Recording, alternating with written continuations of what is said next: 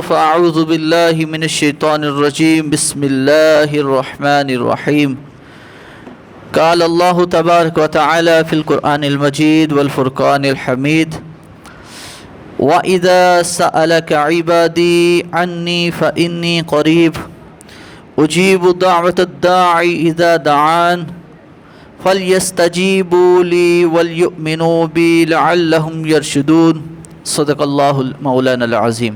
محبت کے ساتھ درود پاک پڑھیے۔ الصلاۃ والسلام علیک یا سیدی یا رسول اللہ وعلی آلک واصحابک یا سیدی یا حبیب اللہ۔ الصلاۃ والسلام علیک یا شفیع المذنبین وعلی آلک واصحابک یا رحمت اللہ العالمین۔ محبت کے ساتھ تمام دوست ذرا قریب قریب تشریف لے آئیں، قریب قریب آ جائیں۔ معزز سامعین و حاضرین، آج کے درس میں رات میں پڑھی گئی جو تراویح ہے اس کا سوا سپارے کا خلاصہ میں آپ کے سامنے رکھوں گا۔ رات کو سورہ بقرہ کی آیت نمبر 176 سے لے کر سورہ آل عمران کی آیت نمبر 14 تک رات میں پڑھا گیا ہے۔ تو اس میں جو موضوعات ہیں وہ بہت زیادہ، لیکن میں مختصر انداز میں جو ضروری باتیں ہیں وہ آپ کے گوش گزار رکھوں گا۔ دعا ہے اللہ تعالیٰ ہم سب کو سن سنا کر عمل کی توفیق عطا فرمائے۔ معزز سامعین حاضرین، رات کو جو اس تراویح میں پڑھی گئی آیت، وہ اللہ تعالیٰ نے اس میں ارشاد فرمایا وَإِذَا سَأَلَكَ عِبَادِي عَنِّي فَإِنِّي قَرِيب۔ اللہ نے اپنے محبوب کو مخاطب کیا ہے، حبیب صلی اللہ علیہ وسلم، جب آپ سے لوگ سوال کریں، وَإِذَا سَأَلَكَ عِبَادِي، جب میرے بندے آپ سے پوچھیں، عبادی انی فإنی قریب، تو آپ ان کو بتا دیجئے کہ ان کا رب ان کے بہت ہی زیادہ قریب ہے۔ اجیب دعوت الداع، تم اس رب سے دعا مانگو تو کیا ہوگا؟ جب بھی تم دعا مانگتے ہو فَلْيَسْتَجِيبُوا لِي، تو اللہ ارشاد فرماتا ہے ان کو کہیں کہ میرا حکم مانیں، وَلْيُؤْمِنُوا بِي، مجھ پر ایمان لائیں، تاکہ اللہ رب العالمین ان کو ہدایت نصیب فرما دے۔ تو دعا کا تذکرہ اس آیہ مبارکہ میں ہوا۔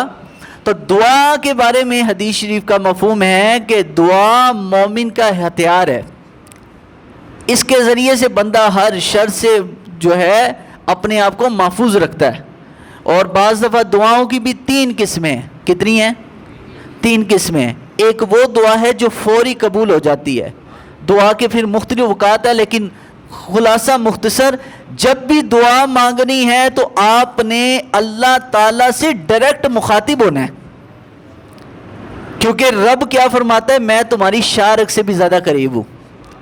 شارک سے بھی جو رب زیادہ تمہارے قریب ہے، تو وہ رب جب چاہے جہاں چاہے جس کی مرضی دعا قبول فرما لے۔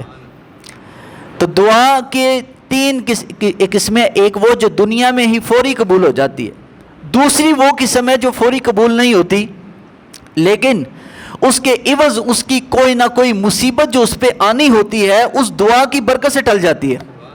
اس لیے حدیث شریف کا مفہوم ہے کثرت دعا کے ذریعے سے اپنے آپ کو بلاؤں سے محفوظ رکھو، حدیث کا مفہوم ہے۔ تو تیسری دعا وہ ہے کہ میدان محشر میں بندہ جائے گا، وہاں بہت ہی اجر و ثواب دیکھے گا اپنے نامہ اعمال میں، پوچھے گا یا اللہ میرا تو اتنا کوئی عمل نہیں تھا۔ اللہ فرمائے گا بندے یہ تیری وہ دعائیں ہیں جو میں نے تیرے لیے ذخیرہ کر لی، جو تیری دنیا میں قبول نہیں ہوئی، میدان محشر میں تیرے لیے ثواب بنا کر پیش کر دی گئی ہے۔ حضرت علی فرماتے جب میری کوئی رب دعا قبول کرتا ہے میں خوش ہوتا ہوں، اور جب نہیں کوئی دعا قبول کرتا میں زیادہ خوش ہوتا ہوں۔ تو لوگوں نے پوچھا یہ کیسی بات ہے؟ آپ نے فرمایا اس لیے میں زیادہ خوش ہوتا ہوں، دعا کی قبول نہ ہونے پر ہم تو مایوس ہو جاتے ہیں نا، ہم تو مایوس ہوتے ہیں، یار دعا ہی نہیں قبول ہو رہی۔ حضرت علی فرماتے میں زیادہ خوش ہوتا ہوں اس لیے کہ یار دنیا تو فانی ہے، لیکن اگلا جہان وہ ہمیشہ کا ہے، وہاں مجھے دعاؤں کی زیادہ ضرورت ہے۔ تو پہلی جو آیت مبارکہ تھی اس میں دعا کا تذکرہ اللہ نے فرمایا۔ اس کے بعد جو آیت ہے وہ کافی تفصیلاً ہے، لیکن اس میں سحری کے اوقات کا ختم ہونے کا ذکر ہے۔ کہ سحری کب ختم ہوگی. اور ایک بہت بڑی ہمارے معاشرے کی غلطی ہے کہ ہم لوگ سحری میں اس وقت تک کھاتے پیتے رہتے ہیں جب تک مولوی صاحب اذان نہ ختم کر دیں. ایسے ہے کہ نہیں ہے؟ کہتے ہیں یار اللہ مولوی صاحب اذان دے رہے ہیں، کھاندے رہو پیندے رہو. اور بھائی روزہ نہیں ہوتا ایسے، روزہ ایسے ٹوٹ جاتا ہے. اور روزہ ٹوٹنے کا کفارہ کیا ہے؟ 60 روزے رکھنا ہے لگاتار. 60 روزے رکھنا ہے، یا 60 روزے نہیں رکھ سکتے 60 مسکینوں کو کھانا کھلاؤ. تو بھائی جب مولوی صاحب کی اذان ہو رہی ہے آپ کھائی جا رہے ہو کہ بھائی ابھی تو اذان ہو رہی ہے. ہم چھوٹے چھوٹے تھے تو لوگوں کو علم نہیں تھا نا، تو ابھی کہتے تھے بھائی ہمارے معاشرے میں بڑے لوگ او اللہ بھائی دور مولوی صاحب اذان دے رہے ہیں. اذان کا سحری کے ساتھ کوئی تعلق نہیں. اذان کا وقت جب فجر سحری کا وقت ختم ہو جاتا ہے اذان کا وقت شروع ہو جاتا ہے. لیکن اذان چاہے اس وقت بھی آپ دے دیں، ابھی سحری کو بند ہوئے تقریباً 40 منٹ ہونے کو ہیں، اس وقت بھی چاہے کوئی اذان دے دے فجر کی کوئی پرابلم نہیں. تو اذان کا سحری کے ساتھ کوئی تعلق نہیں ہے. تو قرآن نے کیا کہا کہ تب تک کھاتے پیتے رہو، کلو واشربو حتی یتبین لکم الخیط الابیض من الخیط الاسود من الفجر، جب تک سیاہ ڈوری سفید سے جدا نہ ہو جائے. آپ سحری جب اذان کا وقت ہوتا ہے، سحری کا ٹائم ختم ہوتا ہے، آپ چھت پہ کھڑے ہو کے آسمان کا کنارہ دیکھیں، کنارے میں ایک سفید سی جو ہے نا پو پھٹ جاتی ہے، سفید سا نشان آسمان کا کنارہ مشرقی سائڈ جہاں پہ سورج نکلتا ہے، آپ دیکھیں باریک سی داڑھی نکل آتی ہے. تو یہ وہ ٹائم ہے جس کے بارے میں قرآن نے کہا اس وقت تک کھاتے رہو، اس کے بعد کھا پی سکتے نہیں. اب آئیے اس کے بعد اللہ رب العالمین نے جو آیت بیان کی نا، یہ صحابہ کا خوف خدا دیکھیے. قرآن نے کہا آپس میں ایک دوسرے کا مال ناحق مت کھاؤ. صحابہ آپس میں ایک دوسرے کے گھر میں کھانا بھی بند کر دیا. تو نبی علیہ السلام نے فرمایا یہاں جو رب نے کہا ہے ایک دوسرے کا مال مت کھاؤ، اس کا معنی یہ نہیں ہے کہ ایک دوسرے کے دعوت پہ ہی نہ جاؤ. ایک دوسرے کے دعوت پہ جاؤ، ایک دوسرے کا کھانا صدقات و خیرات کھاؤ. جیسے ابھی اعلان ہوا کہ مسجد میں جناب افطاری کا پروگرام ہے، آپ لوگ آیا کریں. تو یہ کھانا منع نہیں ہے. یہاں رب نے جو منع کیا یہ وہ پیسہ ہے، وہ کھانا ہے، وہ مال ہے جو ناحق کسی کا کھایا جائے، اس کی اجازت کے بغیر کھایا جائے. تو 1 روپیہ کسی نے کسی کا ناحق ہڑپ کیا تو میدان محشر میں 700 مقبول نمازیں دینی ہوں گی. 700 مقبول نمازیں. پتہ نہیں 700 نمازیں پوری زندگی پڑھی ہیں کہ نہیں.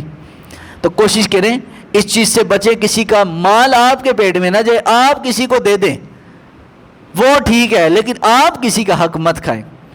تو اس کے بعد اللہ تعالیٰ نے چاند کا ذکر کیا کہ آپ سے سوال کرتے ہیں چاند کے بارے میں، آپ بتا دیجئے چاند ہم اس لیے دیکھتے ہیں تاکہ تاریخ کا تعین ہو سکے. اسلام میں اپنے بچوں کو یہ چیزیں پڑھائیں. اسلام میں تاریخ کا تعین انگریزی نہیں ہے. کس کے ساتھ ہے بھائی؟ چاند کے ساتھ ہے. اس لیے ہم روزہ رکھتے ہیں چاند کو دیکھ کر، اور عید کرتے ہیں چاند کو دیکھ کر. تو چاند کا تعلق ہے ہر اس معاملے کے ساتھ. اچھا آگے اگلی جو آیت ہے نا، یہ آج کے دور میں کفر کا سب سے بڑا پرابلم ہے مسلمانوں کے ساتھ. اگر یہ آیت نکال دی جائے نا، ہماری نمازیں روزے عبادات کافر بھی قبول کر لے گا، لیکن یہ آیت اس کو برداشت نہیں ہے. کیوں؟ اس آیت میں کیا فرمایا وَاقْتُلُوهُمْ حَيْثُ ثُقِفْتُمُوهُمْ وَأَخْرِجُوهُمْ مِنْ حَيْثُ أَخْرَجُوكُمْ وَالْفِتْنَةُ أَشَدُّ مِنَ الْقَتْلِ. اس آیت مبارکہ میں اللہ نے فرمایا کافر کو جہاں پر پاؤ میدان جنگ میں مار دو. اب انڈیا کے اندر بھی جو ہندو ہیں ان کو یہی پرابلم ہے، کہتے ہیں مسلمان سب ٹھیک ہے، نماز پڑھتے ہیں، کسی کو کچھ نہیں کہتے، لیکن اپنے قرآن میں 26 آیتیں، اس طرح کی 26 آیتیں ہیں قرآن میں جس میں رب نے مسلمانوں کو حکم دیا کافروں کے ساتھ لڑو. وہ کہتے ہیں یار چلو آج کے مسلمان لڑتے تو نہیں ہیں، لیکن ان کی کتاب میں لکھا ہوا یہ آیتیں نکال دو، بقایا اسلام ہمیں قبول ہے. کافر کو مسلمانوں کی 2 چیزوں سے پرابلم ہے، نہ اس کی داڑھی سے پرابلم ہے، نہ اس کی پگڑی سے، نہ اس کے نماز روزے سے. اس کو 2 چیزوں سے پرابلم ہے، ایک کنسیپٹ جہاد کا تصور، اور دوسرا اسلامی نظام کہ چور کے ہاتھ کاٹے جائے، کسی زانی کو سنسار کیا جائے.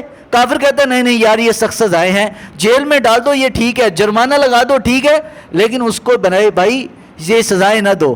اسلام کہتا ہے نہیں، چور کے ہاتھ کاٹے جائیں گے، کہ جب اللہ کے حبیب نے فرما دیا کہ اگر میری بیٹی فاطمہ بھی ہوتی تو میں اس کے بھی ہاتھ کاٹ دیتا، اتنا پیار تھا اپنی بیٹی سے، لیکن پھر بھی فرمایا اگر میری بیٹی فاطمہ ہوتی، کیونکہ ایک قبیلے کی عورت تھی اس کا نام فاطمہ تھا، چوری کی تو حکم دیا بھائی ہاتھ کاٹو، تو اس کو سفارشیں لوگ لے کر آگے، یا رسول اللہ بڑا عظیم خاندان ہے یہ، تو آپ ان کو معافی دے دے۔ فرمایا نہیں، میں کیسے طاقتور کو جناب چھوڑ دوں اور کمزور کو پکڑ لوں، یہ اسلام کا نظام نہیں ہے۔ اسلام یہی ہے، ایک ہی صف میں کھڑے ہو گئے محمود و ایاز، نہ کوئی بندہ رہا نہ بندہ نواز، سب ایک ہی صف میں اسلام میں، بادشاہ بھی اسی صف میں نماز پڑھتا ہے تو فقیر بھی اسی میں، یہی تو اسلام ہے نا۔ تو یہ کافر کو برداشت نہیں ہے۔ تو آگے آئیے، اللہ رب العالمین نے اگلی آیات میں جو بیان کیا وہ بڑی سمجھنے والی باتیں ہیں۔ اللہ رب العالمین نے مسلمانوں کو کہا کہ اللہ کا ایسے ذکر کرو، ایسے رب کو یاد کرو، فَاذْكُرُوا اللَّهَ كَذِكْرِكُمْ آبَاءَكُمْ أَوْ أَشَدَّ ذِكْرًا، ایسے رب کو یاد کرو جیسے تم اپنے بڑوں کو یاد کرتے ہو۔ کافر کیا کرتے تھے اس زمانے میں؟ مکہ کی وادیوں میں جہاں حاجی حج کرنے جاتا ہے وہاں بیٹھ کر کہتے تھے او ہمارا دادا ایسا تھا، ہمارا پردادا ایسا تھا، اپنے آباء و اجداد، اپنے خاندان، اپنی قوم، اپنی نسل کی تعریفیں بیان کرتے تھے۔ اسلام نے نسل، لسانیت اور قومیت کے تصور کی نفی کی ہے۔ اسلام میں نسل اور قومیت صرف پہچان کی حد تک ہے، صرف پہچان کی حد تک ہے کہ یہ پنجابی ہے تو اس کی زبان پنجابی ہے، بس اس کے علاوہ فضیلت کوئی نہیں ہے، چاہے کوئی رنگ کا سفید ہو اور چاہے رنگ کا کالا حبشی ہو، اللہ کے نزدیک عزت والا وہ ہے ان اکرمکم عند اللہ اتقاکم، عزت والا وہ ہے کہ جو اللہ کے نزدیک تقوی والا ہے۔ اسلام میں رنگ نسل کا کوئی تعلق نہیں، نہ قومیت، نہ لسانیت، نہ کسی کوئی قوم قبیلہ کا کوئی تعلق ہے۔ اسلام میں پسندیدہ چیز اللہ کے نزدیک کیا ہے بھائی؟ تقوی۔ تو وہ کفار مکہ اکٹھے ہو کے اپنے باو اجداد کا ذکر کرتے تھے، اللہ نے اپنے حبیب کے غلاموں کو کہا، فرمایا اے میرے نبی کے غلاموں، جب بھی تم نے ذکر کرنا ہے رب کا ایسے شدت کے ساتھ کرنا ہے جیسے تم اپنے آباء و اجداد کا ذکر کرتے ہو، بلکہ اس سے بھی زیادہ شدید۔ یہ ایک انداز بتایا کہ جس طرح اپنے بڑوں کو بڑے محبت سے، بڑے ایک یکسوئی کے ساتھ یاد کرتے ہو، اپنے رب کو بھی ایسے یکسوئی سے یاد کرو۔ تو آگے اللہ رب العالمین نے جو اس آیت مبارکہ میں بات کی ہے یہ بڑی سمجھنے والی ہے۔ رب العالمین نے اس کے بعد پھر قرض حسنہ کا ذکر کیا، قرض حسنہ کا، اور اللہ کے رستے میں جہاد کرنے والوں کا۔ قرض حسنہ، اللہ کو جو بندہ پیسہ دیتا ہے، اللہ کو کچھ دے سکتا ہے کوئی؟ اللہ نے فرمایا کہ جو میرے بندوں کی مدد کرتا ہے گویا کہ میری مدد کر رہا ہے۔ اور حدیث شریف کا ایک حصہ بھی آتا ہے بخاری میں کہ میدان محشر میں اللہ بندے سے پوچھے گا، میں تیرے پاس آیا تھا تو نے مجھے کھانا نہیں کھلایا، میں بیمار تھا تو نے میرا حال نہیں لیا، تو بندہ کہے گا یا اللہ نہ تو بیمار ہو سکتا ہے نہ تو بھوکا ہو سکتا ہے، تو کھانے سے بھی پاک، بیماری سے بھی پاک، یہ تو بندوں کے عیب ہیں۔ تو اللہ رب العالمین فرمائے گا جو فلاں بندہ بیمار تھا وہ میں تو تھا، یعنی نسبت اپنی طرف کی ہے کہ اس کی اگر تو مدد کرتا ہے گویا کہ میری مدد تھی، اور اس کو کچھ دینا گویا کہ رب کو قرضہ دینا ہے۔